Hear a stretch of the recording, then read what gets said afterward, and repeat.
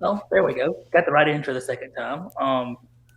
Attempt number 2. They both have like the same look, so I just clicked the wrong one. Anyway, so we're back. And as usual, without a co-host. What else is new? Yeah. As y'all follow us on our Twitter, we've got some exciting news. We now have a website that I can't remember the name to. Clack. Sportflashmedia.com. Sportflashmedia.com. We're going to be posting articles. I'm going to work on some articles after the show tonight. So yeah, it's fun. It's been a fun week for us. We're trying to move up in the world. So anyway, Joe, how's it going? It's going well. I'm completely in love with this new setup I have. It's going to continue to get better, but I've been doing well. Can't complain.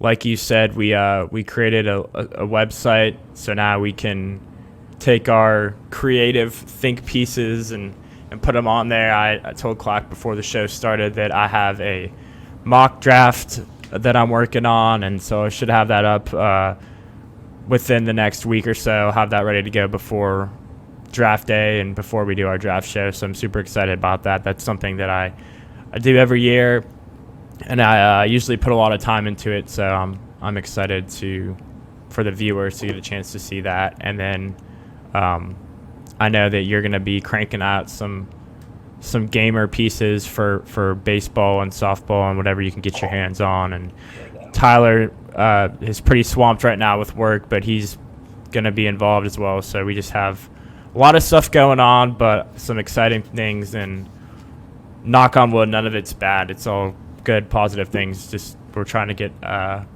into a consistent routine. Well, you're right. Need to get into that routine would be great. So where are we starting at today? There's been a lot happening the last week. There's been a lot of Bama stuff going on. We're going to start today with Clack's favorite thing in the entire world to talk about.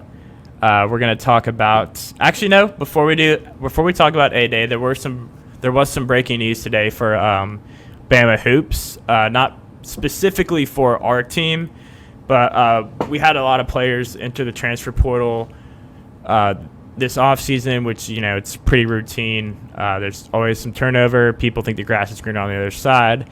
But I have 2 of the players on here right now, but I actually just thought of a third one off the top of my head. Juwan Gary was a forward for us last year.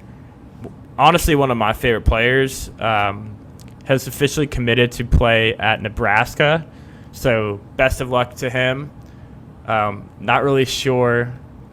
I mean, the grass might not be greener on the other side, but maybe the cornfields are of Nebraska. Terrible joke. Hold the applause. And then Jusuan Holt, he was a freshman this year, right, Clark? Yes. He committed to Georgia literally probably 10 minutes after Gary committed to Nebraska. That one is a bit of a head scratcher to me just because it's in conference team, but to each their own, and hopefully I don't want to say I wish him the best at Georgia. Well, I'll say I wish him the best at Georgia, just not when he's playing Alabama. And then I think the last one was James Rojas committed to Wichita State, right? Yes. Yeah. So also another player that fan favorite for sure. And so those guys are going elsewhere, but we have a very talented group coming in next year, so I don't think we'll miss a beat. That's kind of my thoughts on that. But I didn't know what you thought about those guys leaving and committing elsewhere, and then just where we stand as a team. We're fine. We're going to get some. There's a lot of players we're in the market for that we're probably going to get. We already got one with Mark Sears. So I mean, we're going to get some more guys. I don't think. Yeah, I made the mistake of thinking Mark Sears hadn't committed yet. I woke up from a hour nap and I just thought I was going to jump on Twitter and tweet right away, and it backfired on me. So But Mark Sears is a talented player, and I'm excited to have him. Yeah, I agree. But I mean, going into that, like we've got plenty of guys coming in, and the guys that all left, none of them were making a huge impact. It's not like we lost, a big time player, and having Juwan Quinterly come back is going to be really good. I mean, of all the ones that we needed to come back, he was probably the one of all the ones that could come back or could possibly come back that weren't going to jump to the NBA or whatever. That's a big one for us to get him back. Even if he comes off. Wait. What? Let me get this right. Juwan Quinterly constitutes as a big comeback for us? Yes, definitely. I mean, we knew JD wasn't going to come back. I mean, and JD did struggle last year, but I mean, getting JQ back is big. It's going to be really big. I mean, he's literally an SEC championship MVP. Anytime you get an MVP back, no matter who they are, it's going to be good. I give Juwan Quinterly a lot of heat, and I think he deserves the majority of it that I give him because just he's super streaky. I mean, when he's on, he's on, but a lot of times just some head scratching plays from him. One of the issues we had with this team, I mean, we'll be quick on basketball since we have a bunch to talk about. And Quinterly and Davidson were huge contributors to were the turnovers, and so we knew Davidson was going to leave. I'm not too torn up about that. Quinterly, just hope he comes back and can clean up those turnovers, and feels like he's been here for like 10 years. But I mean, I want him to ball out because we have a lot of young guys, and he's going to need to be a senior leader or super senior leader on this team. But that's all we got for basketball. Just wanted to get that breaking news in there, and we're going to talk about Clack's favorite thing now, A-Day. So A-Day happened on Saturday. From what I could tell, the atmosphere didn't look very great. I mean, the weather was raining. I mean, come on. It was crappy, but all the Forrest Gumps from middle nowhere Alabama, I'm sure, were out there and flooding the streets of Tuscaloosa and having fun. So I say that because I was a little jealous I wasn't there. I had some things I had to do this weekend, but A-Day is always fun because it's, you get your taste of the roster going forward next year and the bright spots and things you work on. Obviously, it's still early on, but there were a lot of things I liked and a lot of things I disliked from the game. The white team won 25-7 over the Crimson team. So the Crimson team had to eat the beans, and the white team got steak. It's always a fun little tradition they do. I always get a good kick out of that. One thing that stood out, one thing I took away, and it seems to me like a lot of people took away from this game as well, is that people are already saying this is going to be one of the best defenses in the Saban era. We said that we said the same thing last year. Exact same thing. Yeah, I agree. I think it will be better, though. I mean, I think honestly, it can't be much worse in certain areas. I mean, last year wasn't bad. It just wasn't good enough. Yeah, I think defensive line-wise, I mean, we know what we're getting. Will Anderson, Dallas Turner, those guys are going to dominate. Chris Braswell was a freshman last year. He showed flashes. And this year, allegedly, we have packages that include all three of those guys on the defensive line at once, which is got to be terrifying if you're an offensive lineman. But, yeah, I guess question mark-wise, I mean, having Eli Ricks come over from LSU, I think was big for us. He was, amidst the dumpster fire at LSU, he was one of the only bright spots they had, and just seeing him in an Alabama jersey is pretty lit, as the kids say, It's pretty exciting seeing him in an Alabama jersey, and I think the secondary will be better. The only player in the secondary that really concerns me is Malachi Moore, who just seems to... Well, he's coming off injury, so, I mean, I'm going to give him... I mean, injury, but even when he was healthy, his play was a little suspect last year, but we know how good he can be because his freshman year, he was incredible. But secondary-wise, I probably like our secondary better than I did last year because the addition of Ricks and Kyrie Jackson, and I think the younger guys that we have developed a lot more, similar to what I said about Chris Braswell. and not having Josh Jobe is a blessing. It really I is. agree. I agree. Offensively, what was your thoughts on the offensive line? I said there were some good things I liked, and I said there were some bad things. Um, I will say this with a caveat. Offensive line play worried me a lot because we said that the recruiting class we had with Brockermeyers and the Ferguson, or not, I don't know why I said the Ferguson, with Ferguson and the Brockermeyer twins and some of those other guys we got was going to be the best offensive line class Nick Saban ever had. And those guys didn't quite develop at the rate that we thought they would last year as freshmen. And they looked a little shaky. But the caveat, obviously, is that you're going against Will Anderson, Dallas Turner, and Chris Broswell. So I think you'll be hard pressed to find a trio better than those three in college football this year. If there's any other trio out there that's better, obviously let me know. But I don't think there is. I agree. I think offensively we've got weapons we need. Jamar Gibbs is going to be absolutely a beast. I feel like, and especially we're coming off of a Heisman winning quarterback season. We bring in a Heisman caliber running back. We're bringing in some good receivers with Jermaine Burton, possibly someone from Louisville. Yeah, and I think the Alabama teams that always have the most success usually have not just a strong running game, but a dynamic running game. Because last year, Brian Robinson, am I boring you, Clark? Yes, definitely. Just kidding. Last year, Brian Robinson was a very physical runner, but the rest of the guys that we had didn't really do much. And I think Jahmyr Gibbs is a complete back. He gives you that speed, that power. He's just a good blend of all those things. He's been described as a Alvin Kamara 2.0. So anytime you hear those names or that name being said, you're very excited, and it takes a lot of pressure off Bryce Young. I think he did a great job of making plays last year, but there was a lot of pressure on him. I felt bad for him at times just because it seemed like he was Russell Wilsoning it and making something out of nothing. We had Jameson Williams and we had Mechie, and we don't have either one of those guys this year, but I think we have a solid receiver class. We cut out the quote-unquote cancers of the locker room with Julio Billingsley and Aji Hall, who transferred to Texas, which, that's going to be one great game on September 10th next year. Great game as in we're going to beat them, or a great game as in close?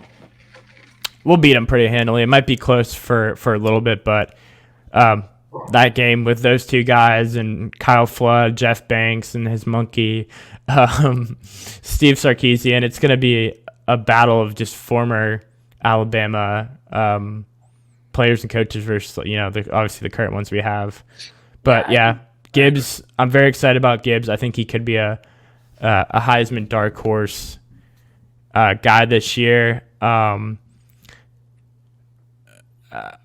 Tyler unfortunately wasn't here, but he did have some comments about A-Day, and I kind of wanted to read them, and I'm sure you've seen them already, but just kind of give your thoughts on his comments. One of them is about Jalen Milroe, their backup quarterback, who got a lot of hype. He said, "People are too high on Milroe right now. He could be great. He could be I.G. Hall. One spring game isn't enough to crown him Bryce's successor with Ty Simpson, even maybe Arch Manning in the wings. For our sake, though, I hope he's great." Just kind of want to get your thoughts on that. I thought physically Milroe looked the part and he looked good, but I think the backup quarterback spot at Alabama was transcended with Tua and obviously Jalen. So now it's kind of like, obviously it's always going to be a thing. Everybody's going to be like, who's the backup? Because we're always expecting to have that moment again. And I thought Milroe looked good, but like Tyler said, it's very early. Yeah, well, I think that I think it's way too early to make a decision on that. I think that's a decision we have to make if the unfortunate occasion arose where we needed a backup quarterback. It could be a situation where Milroe is 1 or 2 years ahead of Simpson. So it could be kind of a situation like it was with Tua, in that Milroe gets, because he's got Nick Saban loves experience. That's his favorite thing in a quarterback is experience, or that they've been there longer. He may go to Milroe for 1 year, and then Milroe turns pro, and we go to Ty Simpson or Arch Manning. But ultimately, I think in the end, whoever is the best backup will win the second job. Wow, great vital insight, Clack. Whoever plays the best other than Bryce Young. I think if Milroe is that good, he'll prove it in practice and get to be the second string. But I mean, Ty Simpson is highly recruited. I don't want it to be a situation where we let a highly recruited player just come here and then walk. But I mean, that's the name of the game, though. I mean, it's not really something you control. And if that player walks, obviously the player ahead of them is of a high caliber and worthy of that spot. I feel like people kind of get caught up in getting bummed out when these high profile players transfer, like these 4 and 5 star guys. Drew Sanders going to Arkansas, but these guys want to play, and if they don't think they're going to play, they're going to try and go elsewhere. And obviously, the flip side of it is Mac Jones stayed here behind Tua and Jalen, and he ended up parlaying his senior year into a first-round draft pick. So there's a flip side to it, but also I get guys wanting to go elsewhere and try and succeed. Yeah, I agree, but I think we'll see what happens. I hope I just don't want to see one of them transfer and go be like really good somewhere else. I hope that if they're going to be good, they're good here. But I ultimately, if I had to predict, I think that Ty Simpson is the next guy behind Bryce, after Bryce, whatever, because he was that highly recruited, and they saw something in him, and obviously, so I think ultimately he'll be your second guy and be the next quarterback. Yeah, I mean, I agree with you, but I can also see it going either way. I do think Simpson. I think we'll get Arch Manning. I just think that's going to happen. So I think either Simpson or whoever's the third string between Simpson and Milroe will end up transferring. So I think that Milroe will win the second string. So I think Simpson will end up transferring. But it's kind of pick your poison type thing. That's what happens when you're Alabama. No one's going to feel sorry for you. When does Arch Manning commit? I have no idea, but he's been doing a lot of visits. And then other Tyler comments. He said the offense struggled, but it's nothing to worry about. Obviously, several major transfers didn't play, including the guy who may be our best offensive lineman next year. I don't know who he's referring to there. Maybe you do, because I was only able to catch bits and pieces of the game. I'm not sure. I wasn't able to catch any of it. Tyler, if you're listening, it would have been nice to include a next little note under that so that we knew who you're referring to, but that's okay. Defense will be very good again. Obviously, 2 best pass rushers in the nation, like I said. And this is where he kind of loses me. He said, don't kid yourself, Will Anderson will not win the Heisman. And I wanted to get your thoughts on that because I think at the surface, that's a ridiculous statement. But also, the award typically goes to quarterbacks. It's nothing against Will Anderson. It's that the Heisman voters are very stubborn and very unrealistic, and they won't give it to a defensive player. I do agree. I agree with that. That's nothing against Will Anderson. It's the Heisman voters are old and cranky and are not going to give it to him. They're just an older version of Joe Will. What? You're always taking shots on me on here. I guess I kind of respect it. I need to start taking somebody awake. Yeah, keep the one person watching. I don't know who it is awake, and hopefully that's only for like one social media. Okay. We're not seeing like our Twitter views, and like none of that pops up here. That makes me feel better about myself, but not that I'm a complete. Yeah, Twitter views do not pop up here. I can't see that either. And then I guess additionally, kind of adding onto that because that's what additionally means. I don't know why I said that. Do you think Will Anderson has a better chance of winning the Heisman, or would you say? I guess who has the best chance? Do you think Bryce will repeat? Do you think Anderson will get it? Gibbs. You think Jahmyr Gibbs between Bryce Young, Will Anderson, and nobody's won it twice. When's the last time somebody won it 2 years in a row? I have no idea. I do think it's a recency bias thing, and people get fatigued by players. I mean, Bryce Young's gonna have a great year, but there's a fatigue, and we might not have anybody on our team. But I think Jahmyr Gibbs is an interesting one, and you could probably get his odds are probably pretty low to win it. But it usually goes to skill position guys, quarterbacks, receivers, running backs are more likely to get it than defensive linemen certainly defensive backs don't typically get it. It's a skill position award, unfortunately. Agreed. All right, moving on to some Alabama baseball. This isn't really my neck of the woods, but thankfully Clack, he was at the game, and he's going to give us his thoughts on how the game went, the team, just in general, like an overview of how the team's or how he thinks the team's going to do going forward. Coming off what was it? What was the final score of that game? 6-5 loss, UAB. Yeah. Or 7-6 loss, I'm sorry. 7-6 loss. So, Clack, the floor is yours. Well, we came in Friday night against the number one team in the country, one of the best teams in college baseball. And came in, took the win. They were 12, had stopped their long SEC winning streak. First home loss for Tennessee since last May, I believe. Came in hot, got a win, and then Saturday and Sunday. It just was not meant to be. Stayed in the game for a while Saturday. But, ultimately they proved when they were number one, it's no matter who we threw out there to pitch, they were getting hits, they were hitting the ball out of the yard. And then just could not get enough runs to keep up on Saturday. And then Sunday was just an absolute beatdown, 15-3 on Sunday. They're number one. I get it, but man, that's a little brutal. 15-3. They were just being the number one team in the country and hitting the ball like they do. They're the best hitting team in the country by far. I'm not going to be upset about it, but it's definitely not a good thing. So, I mean, my biggest issue was the fact that, we came out hot and then just absolutely rolled over for 2 straight games. I mean, I'm okay with losing by 2 or 3 runs 2 games in a row, but I mean, losing by 7 and then by 13 or 12, 13 runs, we just rolled over and then let them take our lunch, as I said. And we just were not good. And then coming back home Tuesday, hoping for a rebuild in a midweek game. These midweek games, to me, they mean a lot. You can't just lose midweeks and expect to get in the tournament, in my opinion.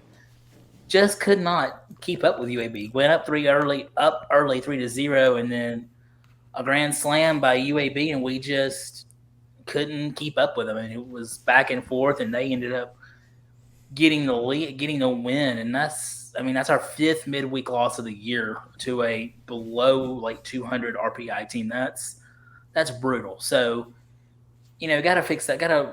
Midweeks are about over. Can't do nothing about that now. But we're playing a top 10 team this weekend again. Seems like that's the case every week in the SEC. Georgia comes to town tomorrow through Sunday. Going to be a tough series against a really good Georgia team. So yeah, I'm just looking to see what we can do this weekend. We got to you got to at least win one. Cannot get swept. Need to take at least one, preferably 2, before going to South Carolina next weekend. So yeah, a lot of inconsistency, but a lot of good play. So it's just a matter. It's just like basketball. Which team is going to show up? You never know what team you're either going to show up and be great, or you're going to show up and just be bad and frustrate the heck out of you. So let's hope we can win, no more of these 1-1 losses, 13 one-run games this year for Bama. So would love to be on the opposite end of that we've been on some of those. Great opportunity to really showcase how good we can be this weekend against Georgia. Will we do it? Who knows? Is that game at home? It is at home. So will you be in attendance for that? Or no, you're going to. I'll be at least there Friday. I don't know about Saturday. Definitely won't be there Sunday. But awesome. So yeah, you guys, if you don't already, go follow us on Twitter at Bama_Brigade. Clack will be posting pictures and videos and live updates from the game on there. So that's something that we're fortunate to have Clack doing that for us. Adds some valuable insight for the Gumpster fan base. What about Joe, what about softball? Softball has just been quietly chugging along. They sweep their doubleheader game against University of Northern Alabama and Alcorn State. Alcorn State. Thought you get a kick out of that. They play their next game Friday in College Station against Texas A&M. They've just been on heater lately. I mean, Montana Fouts was named a finalist for the USA Softball Player of the Year and SEC Pitcher of the Week. She also won. Third time winning it for her this year. 38-6 record overall. Season's kind of winding down a little bit. May 8th is their last game. Is this team capable of winning a national championship? I mean, they made it all the way there last year. They've lost, right, to Oklahoma? We lost to Florida State 2 straight times. Okay. In the semis, yeah. So we got close to making it there last year.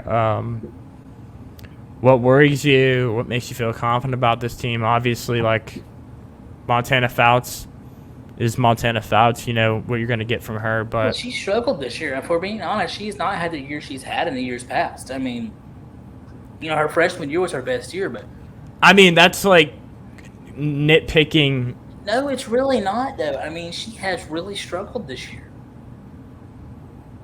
I mean, she's been middle of the SEC this year.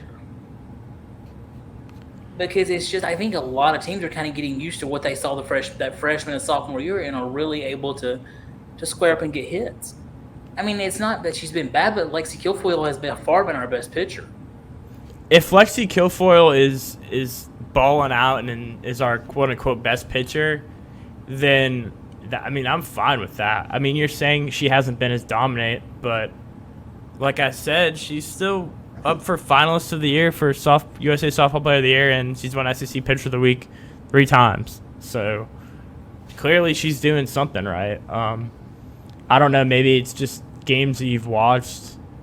I know she's struggled a little bit, but they play 50 games, so expecting her to be great in every single one of them is. Fair enough. But and she had a great week this last week, and hoping for her to carry that over into the SEC tournament, and then the big dance, the actual softball tournament, which I think she can do because she's incredible. So I don't mind Kilfoyle picking up the slack a little bit, because if you have them both firing all cylinders, makes it pretty hard for anyone to beat you. I agree. I totally agree. But so we'll see what we can do going forward. If Kilfoyle and Montana are playing to their best ability, we're going to win it all, I think. But the thing is, there's a little team called Oklahoma who is Oklahoma. They have 1 loss. They literally have 1 loss all season. The next best is like 7. So they've only Alabama's 2, right? Bama's lost 6 games. No, they're ranked 2. Yeah, we're ranked 2, yes. That's crazy. We're in everything school. Oh yeah, we're definitely in everything school. But I think we can win it all. But it's going to take some really perfect play to beat Oklahoma. Oklahoma, do they still have that? God, what's her name? That pitcher? No, she's gone. G Alvarez, I think was her name. She's graduated last year. Okay, well that's good. I'm sure they have somebody or a couple more people that are just as good as her, if not better. But Fouts having 1 run and 23 strikeouts in a 3-game series against Mississippi State. He was a feisty team. I think that's pretty damn good if you ask me. She has 203 strikeouts on the season clock. 203. It's crazy. She has more strikeouts, and this is I'm getting this information from a Bama Central. They do a great job. Bama Central article by Katie Windham. So guys, go check that out. She has more strikeouts than the next closest pitchers combined. Wow. mean, when we surprised, that's always been her forte, getting strikeouts. Yeah, she's. I feel like just on that Mount Rushmore of great Alabama, not even just football, but just great athletics, great individual athletes from Alabama. She's got to be on that Mount Rushmore up there, which kind of poses the conversation. If you had to do a Mount Rushmore for Alabama athletes, who goes on your Mount Rushmore? We'll say. I guess we'll say right now, right? Because obviously, I mean, I kind of feel like that's kind of, if I'm going to answer it honestly, I've got to save a little bit of time. I got to have a little more time to think about it. But I mean, if I had to go now, I would go Smitty, Colin Sexton. We'll say the last 5 years. Okay, last 5 years. Try to get someone from every sport, so I'd go Smitty, Montana Fouts, Colin Sexton, and I would go Smitty, Montana, Colin Sexton, and Mac Jones. Obviously, I'm going to put Montana Fouts on my Mount Rushmore. Herb Jones is on there for sure. I would have put him over Colin Sexton. I'm kind of surprised. I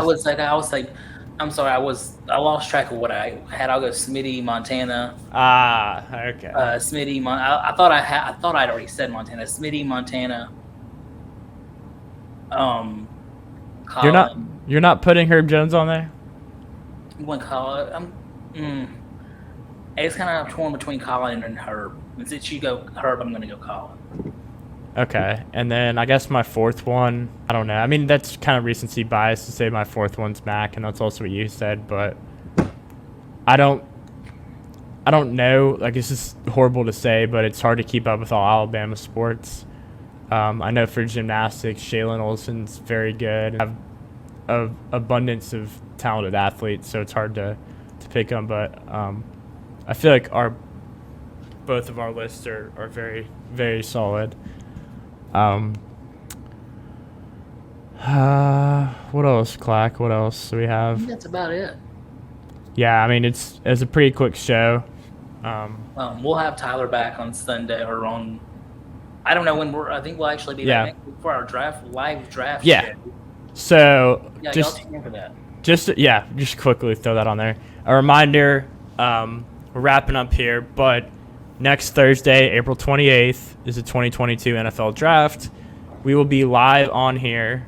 So, unfortunately, we can't stream it on to like in a separate window, but we'll have the games up elsewhere, and we will sit here and we'll get live reactions from us, but we'll also have individual fan representation on.